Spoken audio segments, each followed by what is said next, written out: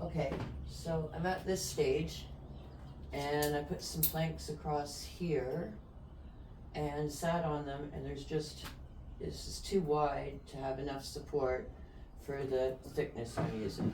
So I could go thicker, but this is what I have. So I've decided to do another leg here. So I'm going to cut this piece, add it here, cut this angle the same as here, and add a second leg and basically some T-bar strength.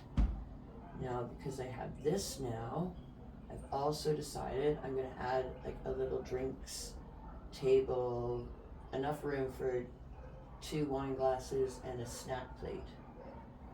And I have an extra piece of this wood from making the dining room chairs. So I'm going to cut this out and round it, smooth it off. Again, way more sanding than I ever like to do, but here we are.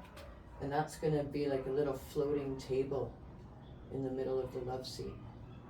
So stay tuned. Here we go.